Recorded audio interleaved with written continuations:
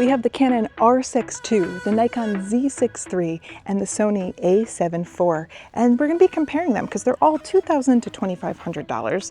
They're all full-frame hybrid cameras with a flippy screen. They have a lot in common, so we're going to be comparing them for sports, portraits, landscapes, and tell you which one we think is the best choice for you. The design is almost identical between all of them, but there are some key differences. Like the Nikon here has a very nice top screen that I really like using because it allows me to get the settings set up without having to look at the rear screen. The Sony, however, has a really nice aperture range on a lot of the professional grade lenses, but overall the experience of handling and even carrying these is pretty similar. Wait, there are some huge differences in specs, but we're going to get to those. But first we want to thank our sponsor, Adorama, because whether you choose any of these cameras or none of them, or lenses or lights or whatever you need as a photographer, videographer, or creative, Adorama can make it happen. They have a huge selection of gear. They make shopping fun, easy, and shipping is a breeze. So go check out what they have, and when you buy stuff, you get VIP points. So you save more money in the future. It's a great deal. Check out the link down below. Thank you. When it comes to portraits, you're not going to see a huge difference. The Sony has the most megapixels with 33 versus the 24, so you'll have higher resolution photos that you can appreciate if you put good glass on the camera. Overall, the user experience was really similar. They all worked well. The only difference that I noticed in usability was that the Nikon's autofocus did not latch on right away to the eye and face. It took a little bit of work for me to get it to actually find Tony's face, but once it latched on, it was fine. I shot portraits on hard mode at 200 f2.8, looking at the iris to make sure it's in focus, not the eyelashes. The Canon and the Nikon got almost half of those shots sharp, meaning you need to overshoot a little bit. The Sony got almost 3/4 of them sharp. Culling is a little bit easier with the Sony that definitely has the most precise eye autofocus system. I like that when you turn the Nikon vertically, the user interface rotated vertically. Didn't change your pictures, but it was nice to have. One other thing to note is the sync speed. The Nikon syncs at 1/200th, and these two cameras sync at 1/250th. That's not too much of a difference, but the 1/250th is a slight advantage if you use strobes, especially out in sunlight where you're fighting the sun. For full information about how sync speed impacts your photos, watch this video that we made. Another thing you might want to know is the dynamic range of the Nikon. It's about a stop less than the other two camera bodies. So if you're going to be taking pictures in places where you need high dynamic range, let's say a bride in a white dress versus someone in a black suit, you may appreciate the better dynamic range on the Sony and the Canon. That also means if you shoot into a sunset, for example, backlit subjects, you'll end up recovering the shadows on your subject in the foreground. The Nikon's pictures will have more noise and texture, which is especially bad in skin tones. So I think for this comparison, I'd be probably most comfortable with the Sony because of the slight edge and detail, followed by the Canon. And the Nikon is absolutely fine. It's good. You just might have to punch the autofocus a couple of times to get it to lock, and if you're in a backlit situation, a little fill flash might help. Nowadays, more than 90% of camera buyers are shooting video and stills together. So video is really important. I even made an entirely separate video comparing the video capabilities of Canon, Nikon, and Sony. There was one distinct loser though. I didn't even include the Sony A7 IV here in that comparison because the other cameras shoot 4K at 60 frames per second. And this one shoots 4K at 60 according to the specs, but it does so with an APS-C size sensor. So basically everything is cropped in 50%, and that means you get worse low light performance, worse dynamic range, generally less sharpness, and you'd also have to recompose if you were switching from video to stills. So for that reason, it would have lost that comparison.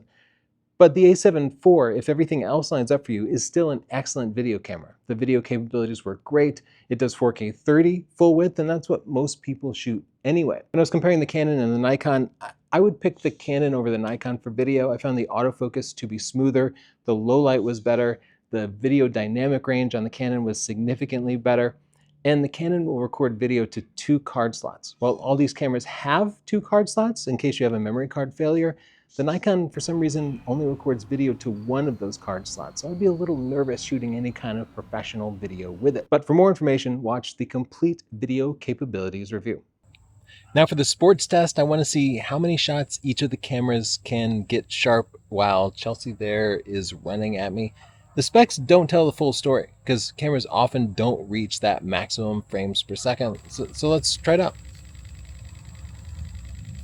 The Sony's 10 frames per second would have been really impressive just a few years ago, and it's still good enough, especially for kids' sports. And the 92% accuracy rate meant I didn't have to throw too many shots out. The Canon almost reached the spec 40 frames per second. Sometimes it takes a split second between frames to focus, and that's why we got only 36 frames per second. The 91% sharp rate was pretty amazing, meaning we had to throw out very few shots. This resulted in a sharp frames per second of 32.7. That's more than double what we got out of professional sports bodies just a couple of years ago. The Nikon offers 60 frames per second in JPEG only mode, and it almost got that testing at 56 frames per second. However, only about 2/3 of the shots were sharp. It missed a lot of shots, often in large sequences, which was a little concerning because it means you could end up missing a big moment. Of the 3 cameras, I ran into buffering problems on the Canon. She couldn't get through her entire run.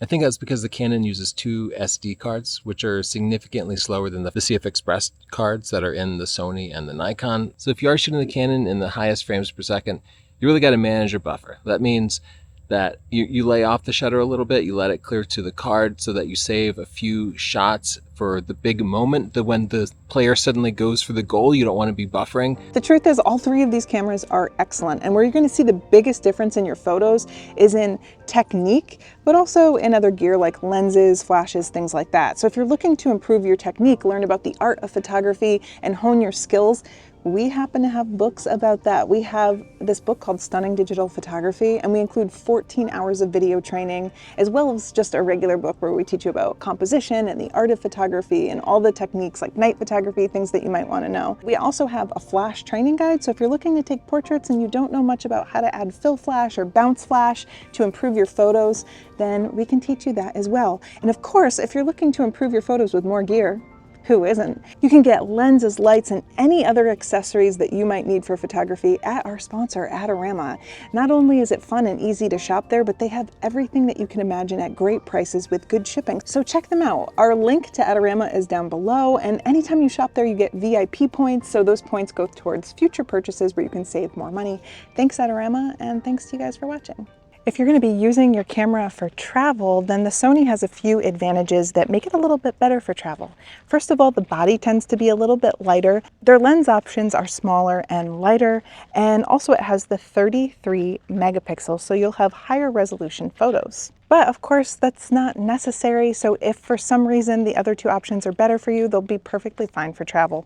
Our testing did show a few fairly minor differences between the cameras that you'll see in general purpose photography. The sensor stabilization is different. With the Sony, I got 3 stops below the reciprocal rule, followed by the Nikon at 4 and the Canon at 5. So if you like long shutter speeds, handheld, like you might to get the best image quality in a church when traveling, the Canon is your best bet, but they're all pretty good. Another difference is dynamic range. The Canon with its mechanical shutter and the Sony have about a full stop more dynamic range than the Nikon. In fact, the Nikon has the same dynamic range as an old APS-C Nikon D5300, which is like $300 or $400 now. So it doesn't really have that full frame dynamic range capability that a lot of people buy full frame cameras for. Now, that might not matter to you. It doesn't matter to everybody. Dynamic range is the ability to pull up shadows from a RAW file. So it only really matters if you're doing a lot of post-processing.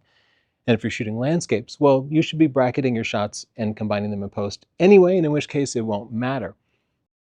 A lot of people want to copy the pictures from their cameras directly to their phones for sharing. All 3 of the cameras have apps that allow you to do that, and they all work, but none of them work great. If you want to just copy a couple of pictures, they will all work okay. But if you're trying to use it as your day-to-day workflow, if you're trying to transfer video, I found them all to be a little too slow. It was kind of annoying. And so the process I still use today is to take the memory card out and then transfer that to my computer or to my smartphone. Note that if you're using an iPhone 15, you can use a USB-C cable to connect directly from your phone to any of the cameras to transfer the files. If you have an older iPhone, you can't really do that, and you're probably going to be better off using the app or transferring stuff to a computer first.